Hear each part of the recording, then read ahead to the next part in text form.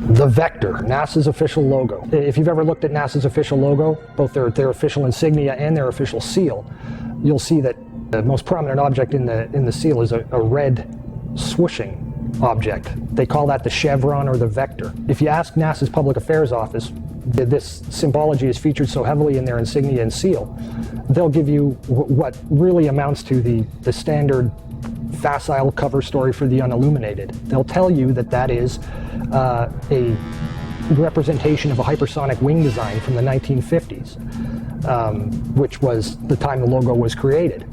Not exactly the case. Someone might want to ask the Russian Federal Space Agency, Roscosmos, that was formed in 1992, why they chose that same logo. And while you're at it, you can go ask the Chinese, who formed their space agency in 1996, why in the world they're using a hypersonic wing design from the 1950s as their official logo. Then you can ask the Japanese, the South Koreans, Taiwanese, Malaysia, Mexico, Iran, all of these countries, even Bulgaria. They all utilize the vector symbology in their space agency logos for their national space agencies.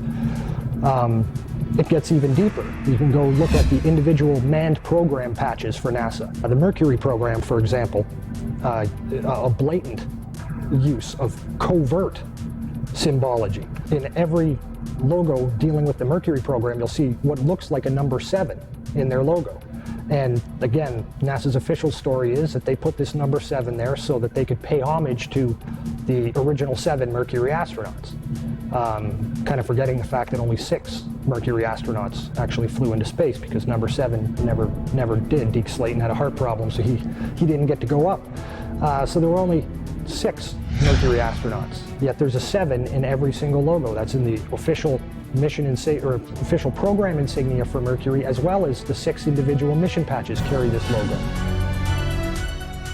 And it carries on to the Space Shuttle program. If you look at the Apollo logo has a big letter A in it. At least that's what they want you to believe, but it's not. Again, that's just a simple way of explaining away the inclusion of this vector symbology in the logo.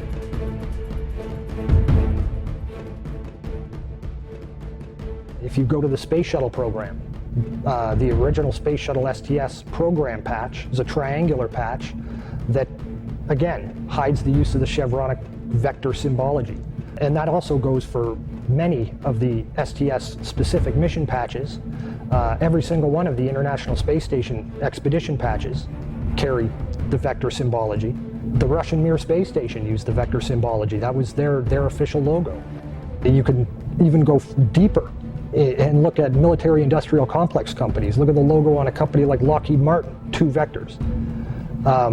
The X Prize logo, Ames Research Labs, U.S. Space Command. When you get into the military realm, the United States Space Command, their official logo is the vector symbol. And when you look at the military's individual space-specific programs, all of them deal with vector symbology in their official insignias. And the question really becomes, who or what are these people paying homage to? And the truth, quite frankly, is out of this world.